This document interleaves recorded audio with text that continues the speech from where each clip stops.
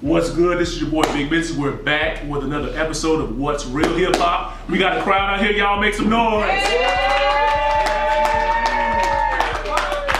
All right. Excited to have 3 DJs on the panel. Y'all love this music, but some of y'all don't know what to do with it. You're paying for stuff and it's not even worth paying for. What is the difference between a beat maker and a producer? That's what we're going to talk about. Know what you're paying for on this episode. So we're back for another episode. Obviously, I'm your boy Big Business. I'm going to have all 3 of these DJs who are doing their thing around the Bay Area, around the state, and some of them even around the nation. So I'm going to start here to my right with the man who's taller than me. Hey, thanks for having me out. I appreciate it. I'm DJ Explicit. I've been DJing for about 10 years now. Composing, producing, and writing music for the last 4 years. I'm the City of Tampa official DJ for New Year's Eve and 4th of July, and the global DJ for It Works. And that's me. No doubt. Let's keep it moving. DJ Spaceship, one part of the Syndicate crew, Powerline Promotions. We are Problem DJs. I'm one of the DJs in the city, ACC Radio 95.7. One of the local remixers you may hear, Pegasus, Food Bar, Lions Den, shout out to the Lions Den, and DJ Spaceship. No doubt. And last but not least. And I am Decibel.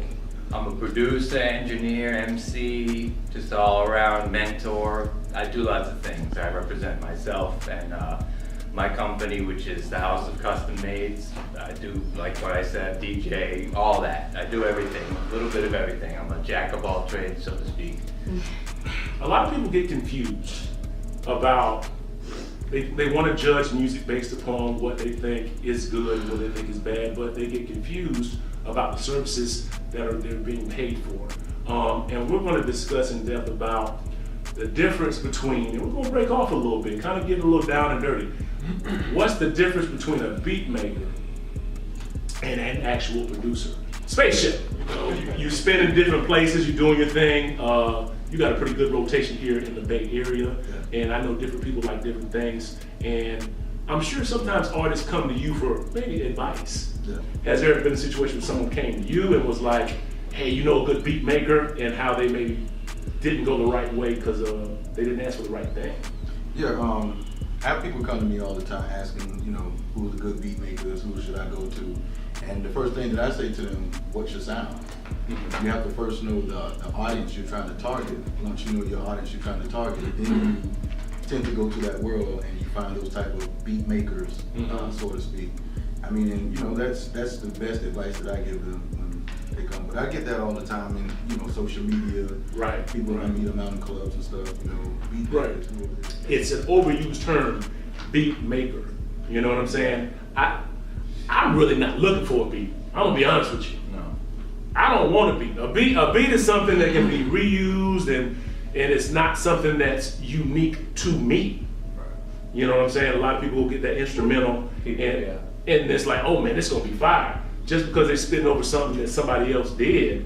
I think for that artist, it may have been a composition, but for you, it's just a beat. Yeah, they don't know what they even want, and they hear it. Oh, I want a beat like so-and-so, insert name. They don't know how to get that out of the producer. That's a lot of issues I have with a lot of artists. They don't know what to ask for. They're asking for exactly what you give them, but then when you give it to them, they don't, they not gravitate because they didn't include themselves on the producer. You help me, I bring it out of you. And I love how you said that. It's I can only give you from what you give me. Yeah. I can't give you lemonade if you give me rocks.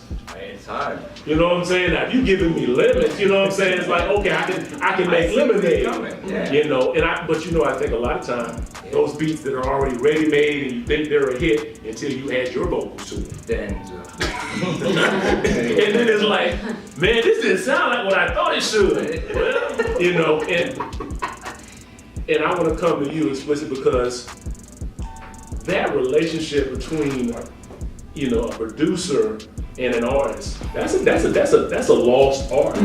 There were days where the DJ used to travel with the artists. Yeah. You know what I mean? And then the crew had an official DJ because they knew how their music was supposed to sound. Right. And if those levels aren't right, they know the crowd is not going to feel what they're doing when they're performing live. So kind of touch on some of the things you've done as a DJ and kind of how maybe you were able to understand the difference and make that sound come out when an artist comes on stage. Well, I think it's, going back to what you said, you really gotta know what you're looking for. You can't really, come to somebody and say, hey, I need this, this, and this, like super specific detail, like there's people out there that paint pictures, you know what I'm saying? So if you tell them I need something painted this way, it's not going to come out exactly to what you want. You got to let that artist do his or her thing, and if they're not like the right type for you, then you need to know like what style you're looking for, because you got to let that artist or producer do their thing. Right. Another thing too, like when I go to create, I always start with the musical components first before the actual drums and the beat. Okay, elaborate on that when you say the musical components, because so first the key of the track, that has to be taken into account first, because if you don't know like what key you're in, you don't know where you're going. Okay. Okay. So the key of the track, I personally feel that I have a lot of favorite keys that I like to work in, and some keys are just like really mellow and sad. Some keys have like really high energy. Right. So like I said, the BPMs. Yeah, it really all depends. Yeah. And if you got a certain artist that's rapping about his hard times or struggles and wants it more like dreary or mellow sounding, you need to know like what key you want. Yeah, you can't be Right. You know what I'm saying? It's just not gonna come off right. Minor, yeah, something like that. So. And I think that's another thing too. For some reason, and it's being proven by mistake. I think, and a lot of times, I think about like Bone, Thugs and Harmony. Yeah. And people used to get criticized for singing. We know what happened with Ja Rule, but here again, people are recognizing that I need to have some type of musical component. Some kind of melody or something. I got, even if it's auto-tune and I'm out of tune, we got to make it look like I have some type of key that I'm actually in. That's a part of the appeal, that's a part of the hook. And people get upset and frustrated because the people who are doing it aren't doing it well. Right, they just do it. And it's not necessarily one person's fault, but it's the people who haven't done the research to know, well, maybe a producer can guide me to really telling me what's on key and what's not. Right. You don't need a producer who's going to tell you, man, that was fire. That was awesome. You don't need that. You need a producer who's going to tell you, I think that was good, but I think you can do it better. Do it better. That's who you need. And it's not about the money, it's about getting the best product possible. That's what the job is. And that's what I'm talking about when I think is the difference between a beat maker and a producer, because ultimately, Spaceship helped me out. If I'm a beat maker and I hand you this hot beat and it's tracked out, is my responsibility done after I hand it to you? No, the responsibility is just beginning, because it can actually be a hot beat, but it might not fit your style.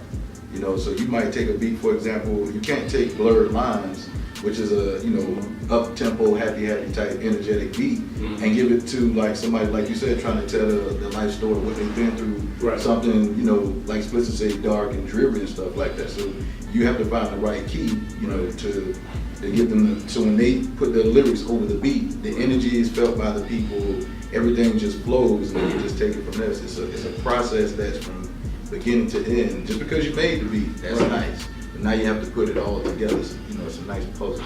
Right. And one thing I struggled with is, as an artist, was knowing where that turning point for a track was.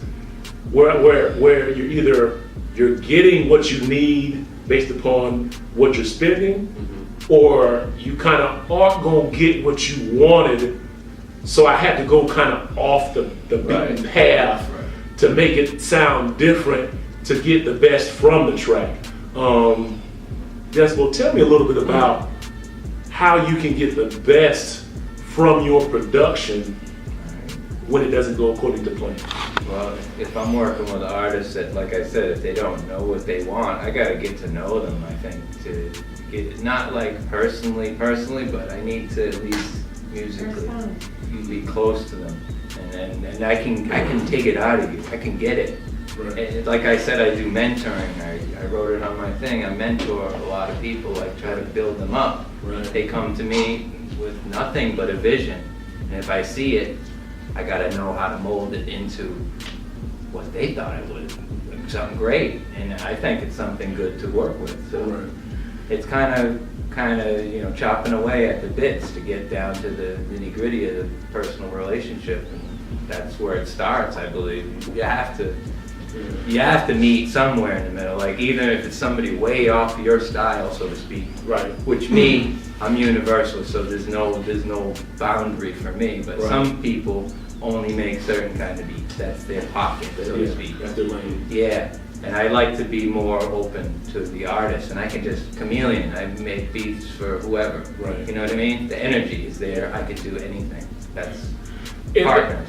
And you touched on, and I think it is a partnership, and I think that that's something that people don't necessarily understand, that you may have to spend time with your producer outside of the studio. The studio. Yeah. You may have to go out to dinner together, you may have to go catch a movie, Yeah. because once they see your response to certain situations, they may be able to create a beat which can get the best out of you. They open up. Yeah, I'm glad you said that. I'm going to elaborate on that a little bit, just because, I am a DJ and producer, and I feel like people who do both, can really, really help that situation out more, because they know what's hot. They know what's, coming on in the club that's being rotated, and personally for me, everybody that, I've worked with has seen me play and knows what to expect when I play, so they know that they're coming to me, they know what they're getting, Right. They see my style and what I like, my specialty, my format, et cetera, so. And that makes a big difference, getting to know your producer.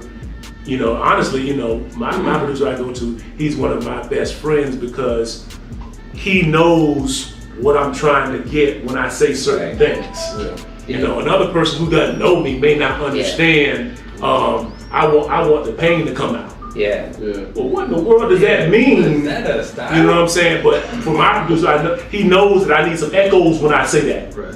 Because I need that to resonate in their soul when they hear that particular track. I might need the actual some pianos or something Right. deep, something that's gonna make you Chords. meditate, Yeah. and knowing the person helps you actually create that They know that product. the wording that you'll use. It's a relationship. Yeah, exactly. It really is, and it is art, and it's one of those things where, and I may be a little bit off, y'all can comment on it, it's kind of like, I feel like the artist may have the paintbrush, but the producer tells you what colors to use. Yeah.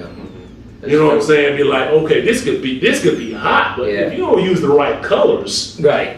and the right shadowing, Right. it's not gonna look right on a certain As far as words and stuff that you may have to tell them, hey, look, with your writing, you're great. You're saying great things, but you're saying too many words. Right. Take a few away. Let it flow a little bit. It'll snap to the beat more, because obviously I know the beat, what it's doing. Yeah. Maybe you didn't feel it yet. Let me guide you along. That's kind of the mentoring thing, and it's a lot. There's a lot of work. You could do that with somebody who's been doing music their whole life, Right. and you can still find someone. Hey, cut that word out right there. Just try it without that word. Yeah. And you know what? It happens, and it's like, wow. Yeah, because I need attention to that particular part of what you're saying, because it really connects to the listener, but the listener may not be able to hear that based upon It's dynamics. Some words, some of the lyrics you can put, certain sound effects and put that attention to it. Yeah. Yeah. Like he said with the key. Yeah. Right. With the key of the song, I love to make a song with an acapella, because I can know the key, boom, ding, Yeah. and I'm already off to the races. Yeah. It takes me no time to find the rhythm. So great information that we're sharing here, and I just wanted to kind of elaborate, because it's one thing to know the difference between whose responsibility. I think we've kind of come to a consensus. It's the producer and the artist's responsibility to work together to get that sound. But how do you find that balance between the lyrics and the overall product and the overall sound? Because sometimes they get conflict. Anybody hop in on that, because y'all all know what you're talking about. Me personally, I like Twista a lot, you know, and for a lot of reasons. He's not just like a talented, you know, fast rapper. He actually strategically raps with the rhythms of the tracks that he's spitting over. So, Like Busta Rhymes does, yeah. That's another really, really good example. And it's not just like da-da-da-da-da-da. You know, sometimes there's triplets, sometimes he pauses and stops and waits for the beat to come back in, or takes the music out and puts emphasis like we just talked about. There's like a lot of cool stuff, you know, or letting part of the track breathe. Letting the track breathe is key. So it really just depends, you know. I know a lot of people, they listen to the track that was created for them probably hundreds of times before they ever write lyrics to it.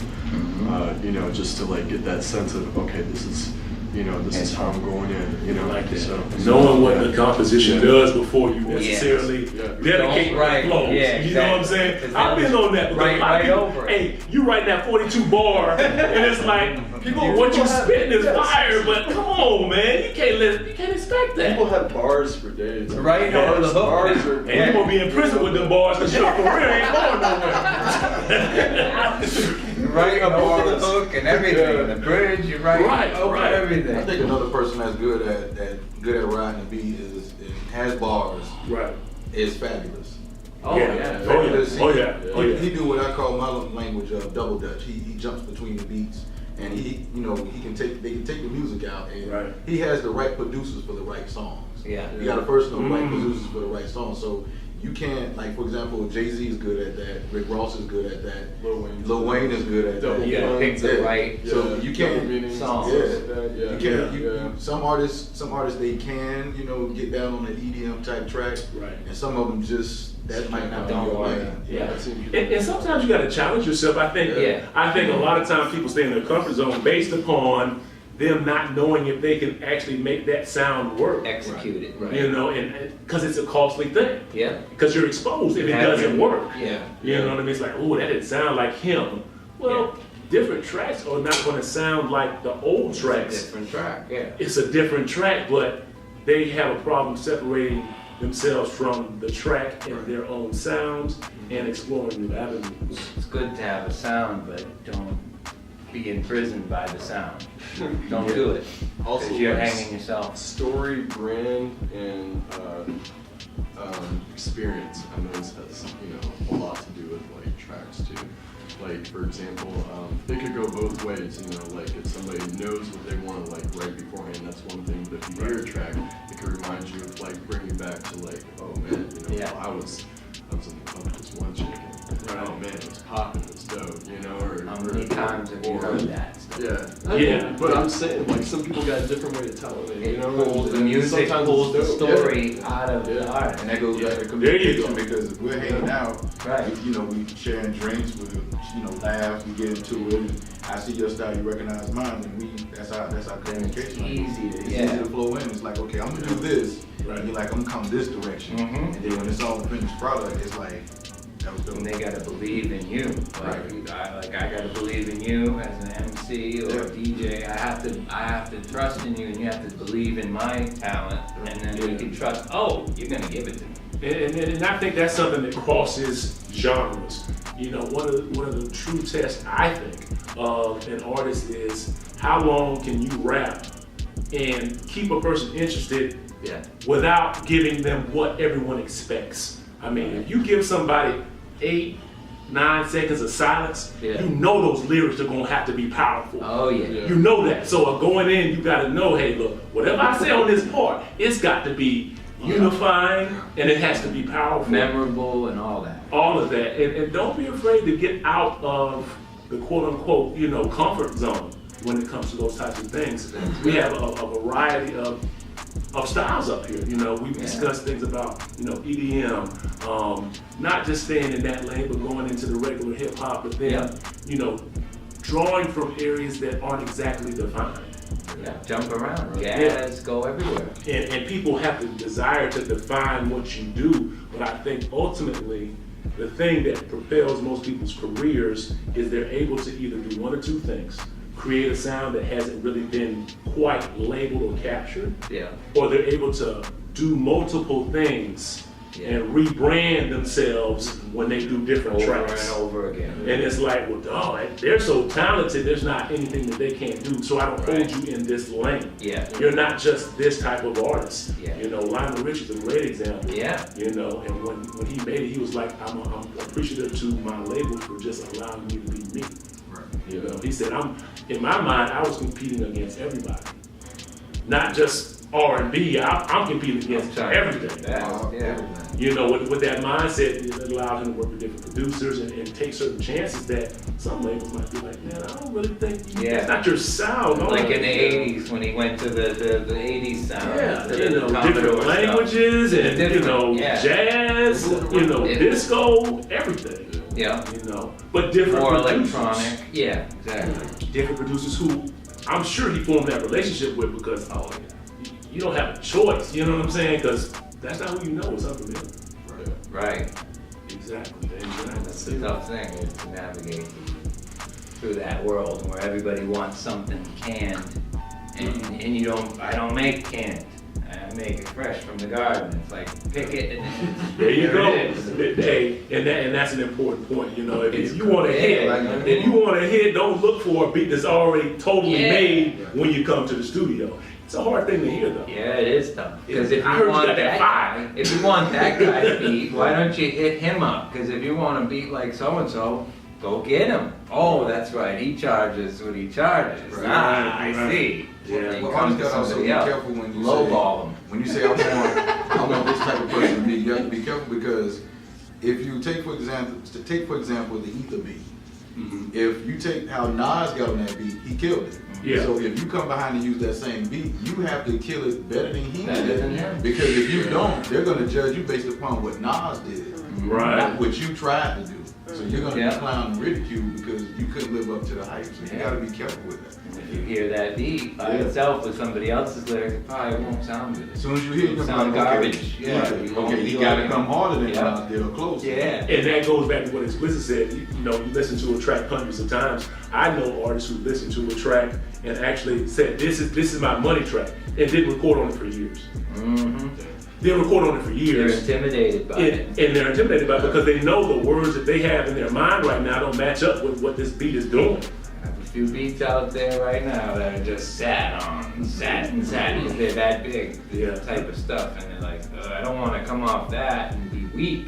I gotta come with it. And that comes through I relationship. understand. Yep. Yeah. They don't have it with me, so that's why There we go. it didn't.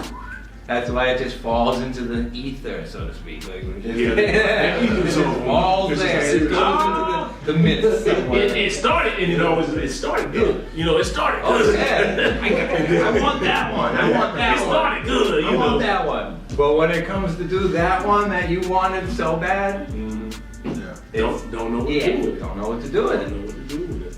Vision. We could sit here and talk for, I think, probably hours. Oh, definitely. You know, I live it. Yeah. Yeah, I mean, but I appreciate y'all coming to join us today and kind of, you know, free verse about what things are going to take you to a different level. And there's always more investment than you necessarily see. You don't necessarily understand what it's going to take to get to a certain point until you get to that point. Yeah. You know, and that starts with relationship. It Yeah. does. So I know y'all are doing your thing in multiple areas. I want to give you the opportunity for people to follow you, follow your mixes, follow your brand, and if you have merchandise as well. Please let the audience know, you know, where they can find you, what you do, where you're going, and everything like that. So I'm gonna start with you, Explicit. So give them a little bit about you. You can check out my website, explicitnation.com. It's on here. All my social media, Instagram, Twitter is at DJ Explicit. That's X to the D, no E and no T, please. Thank you. DJspaceship.com. I put it on here, but you gotta excuse my left-hand penmanship. Instagram at DJ Spaceship, Facebook DJ Spaceship, Twitter DJ Spaceship 813. You can also catch me on my Sinister Syndicate crew page, as well as Weird Problem DJs. Catch me Friday nights at the Lions Den. You can find me, Decibel the Producer, on Instagram. Facebook is Decibel, James Decibel Ranch. Or Twitter is Decibel the Purdue. because they won't let me write, sir. You know, so that's all right. Anything else? I'm just putting together projects. I'm a freelance producer. Yeah, come see me anywhere else. I'll be around. Contact me, and that's me. Yeah, I appreciate all of y'all coming on the show, and you know, hope to see y'all doing big things in the community. And I'll try to come out and set. I've seen some of y'all spin sets, but explicit, I don't think I've seen you. That's what I'm gonna have to come check you out, you know, because it is a movement. But you have to make moves to have a movement, and each of you do have followings, because there are DJs who I'm going because he's spinning. Yeah. You know what I'm saying? Oh, yeah. And you looking at someone in front of you right now. So this is What's Real Hip Hop with this music special panel forum, and we are out.